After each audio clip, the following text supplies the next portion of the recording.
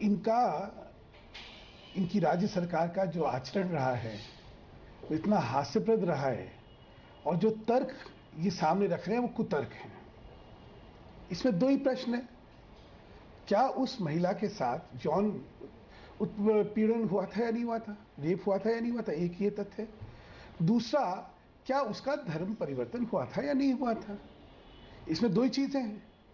अगर उसका यौन उत्पीड़न होता है तो क्या ये गंभीर बात है या नहीं है, और अगर उसका धर्म परिवर्तन हुआ था पहली तो बात क्या ये है गंभीर कि बात उसके धर्म है या नहीं? परिवर्तन के फोर्ज डॉक्यूमेंट्स हैं।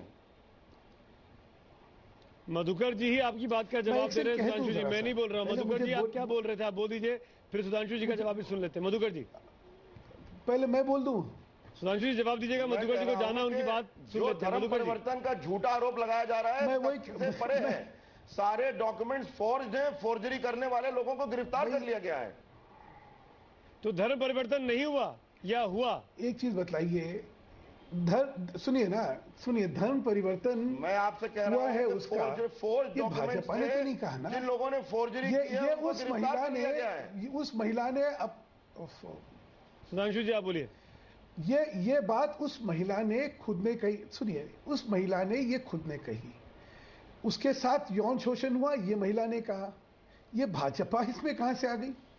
जो एक शिकायत हुई और जिसमें महिला जिसके साथ ये सब हुआ, जब वो ये कहती है और उसके बाद उसकी जो शिकायत है उस पर कार्रवाई नहीं करी जाती है, उसमें विलंब होता है, तभी तो इन्होंने अपने जो सीओ है उसको हटाया था वहां से। बिल्कुल झूठ है ये, कुछ ठीक था तो ये कार्रवाई कर रहे थे।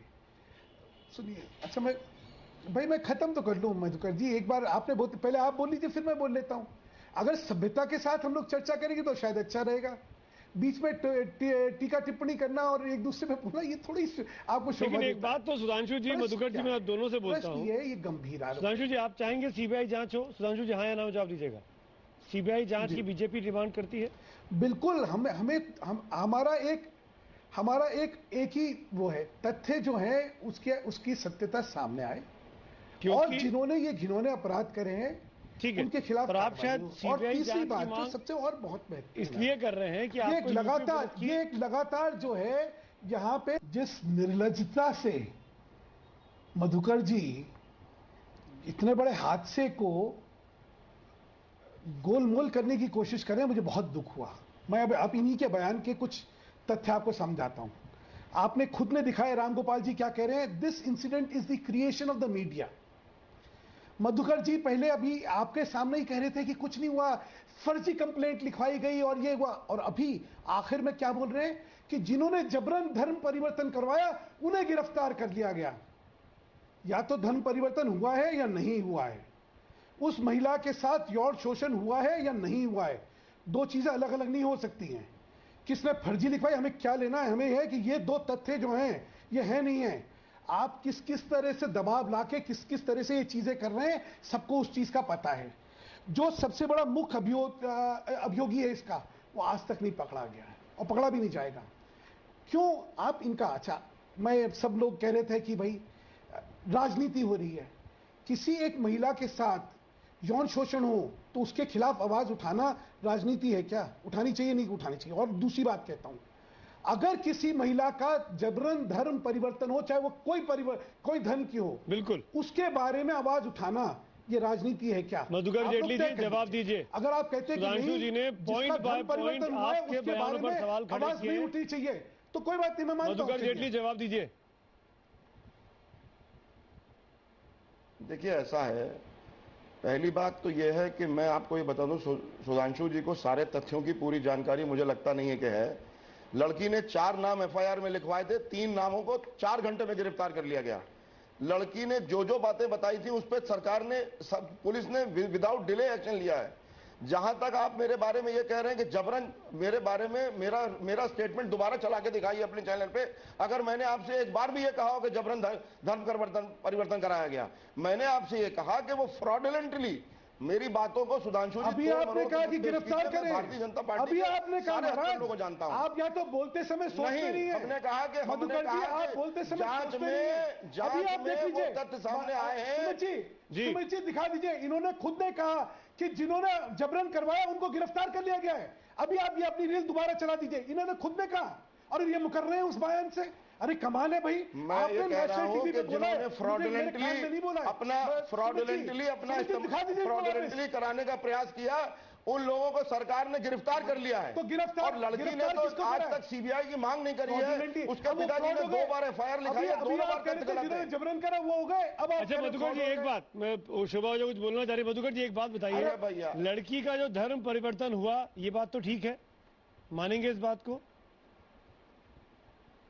भाई ऐसा है, आप अपनी तरफ से जबरदस्ती मनवाने का कोई असफल प्रयास मत कीजिए। मेरे एक बात बताइए ना, उस लड़की ने धर्म परिवर्तन किया, वो हिंदू से मुसलमान बने, नहीं वो फ्रॉड हुआ या जबरन हुआ या आपसे कहा कि मनमर्जी से हुआ, ये जांच का विषय है। अभी जांच में है। अभी तक मैंने आपसे कहा कि जिन लोगों ने फोर्ज डॉक्यूमेंट तैयार किए थे उनको गिरफ्तार कर लिया गया है।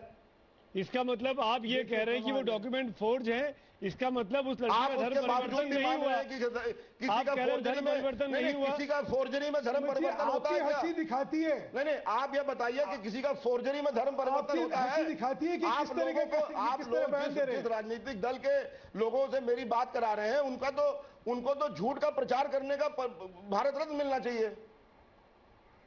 सुधांशु जी जवाब दीजिए, मुझे ब्रेक में जाना है। मधुकर जी आप कुतर्कों से सोचने की सत्य को छुपा लेंगे। सुनिए अभी आपने क्या कहा, कोई डिले नहीं हुई थी, बिल्कुल सामने लाइए ना, आप सुधांशु जी तथ्यों को सामने लाइए। मैं आपको चुनौती दे रहा हूं कि जो मैं कह रहा हूं उसके विपरीत आप तथ्य सामने लाइए।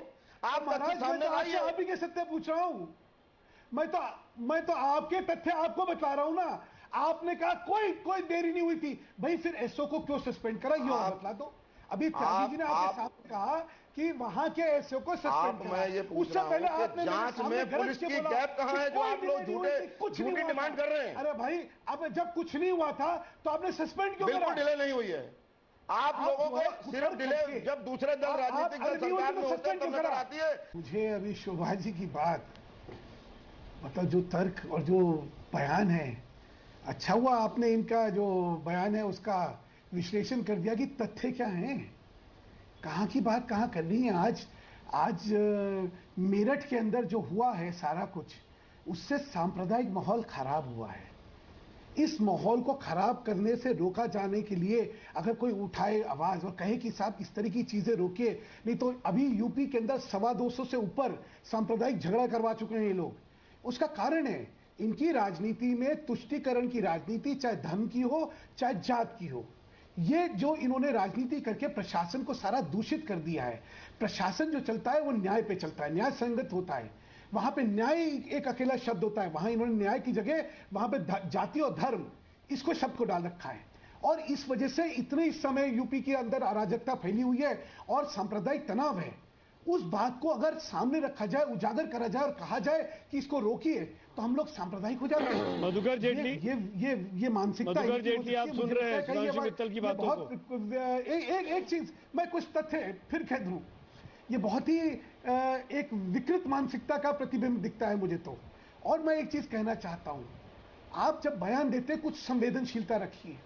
अभी आपने राम गोपाल जी का बयान सुना, कुछ नहीं हुआ है, ये मीडिया की क्रिएशन है। एक महिला के साथ इतना कुछ हो जाता है और ये मीडिया की क्रिएशन हो जाती है। आप ये भी डिनाई कर रहे हैं कि महिला के साथ क्या क्या हुआ है, आप ये डिनाई कर रहे हैं कि धर्म परिवर्तन हो गया उसका। ये क्या ठीक चीजें हैं? और इन चीजों से समाज के अंदर संदेश क्या जा रहा है? अभी कम्युनल वायलेंस बिल की बात आई, बहुत अच्छी बात है।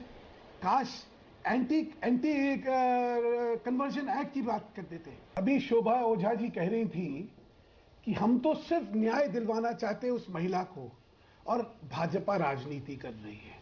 आज लोकसभा के अंदर कम्युनल वायलेंस बिल की बात करी है, उस महिला के उत्पीड़न की बात नहीं करी है। कौन राजनीति कर रहा है इसमें? सबको पता है कि कम्युनल वायलेंस बिल के पीछे उद्देश्य क्या था। अच्छा, मैं हैरान हूं कि देश का जनादेश उससे सबक सीखने की कोई कोशिश नहीं कर रहा है। माइनॉरिटिज्म की राजनीति, अपीजमेंट की पॉलिटिक्स करके क्या जनता में संदेश देने की कोशिश हो रही थी और जनता ने क्या संदेश दिया है, लेकिन कोई समझने को तैयार नहीं। तुष्टीकरण जो है नस नस में इतना घुस गया है। राजनीति का एक मिनट मैं कह दूं, मैं अभी अभी जो है, अभी त्यागी जी कह रहे थे कि मामला कोर्ट में चला गया है। त्यागी जी, कैसे ये कोर्ट में मामला चला गया है? जांच जो है जब हो रही है तो कोर्ट का इसमें कहां से आ जाता है? कोर्ट में तो तब जाता है जब मामले की जो है उन्होंने अदालत में बयान दर्ज कराया है, अपनी जांच रिपोर्ट दायर करी और चार्जशीट फाइल करी। अभी आपने कराया साहब, इसलिए कह रहा हूं, सुनिए आगे। यहां पे विषय मैं फिर बार-बार जो आपसे कह रहा हूं, विषय क्या है? बीच में टोक रहा हूं, विषय दो गंभीर अपराध होते हैं। सुनिए, बीच में एक मिनट